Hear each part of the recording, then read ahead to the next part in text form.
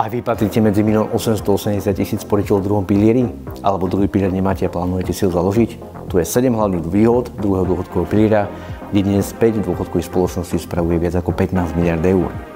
Poprvé, príspevky do druhého piliera sú uložené na osobných účtoch účastníkov, čo znamená, že sú majetkom sporiteľa. Toto umožňuje lepšiu kontrolu nad svojimi dôchodkovými úsporami.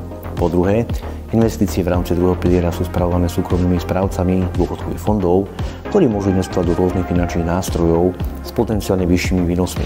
Na dlhodobom horizonte môžu tieto výnosy priniesť vyšší dôchodok v porovnaní s prvým pilierom, ktorý je priebežným systémom. Po tretie, druhý pilier poskytuje diverzifikáciu rizika, pretože dôchodok nie je závislý na priebežnom financovaní prvého piliera, ale aj na výnosoch z investícií. Tým sa znižuje riziko spojené s demografickými a ekonomickými zmenami. Po štvrté, úspory v druhom pilieri sú dedičné.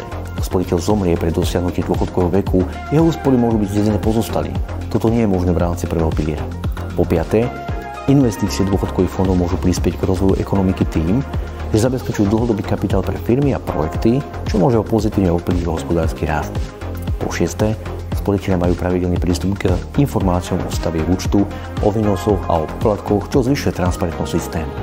A posledný 7. bod, druhý pilier umožňuje sporiteľom vybrať si z rôznych investičných stratégií podľa ich preferencií a rizikového profilu, čo poskytuje väčšiu flexibilitu v správe dôchodkových úspor.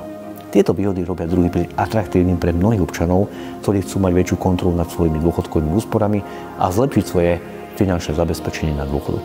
Tak čo má druhý pilier zmysel? Nezabúdajte, peniaze sú čas.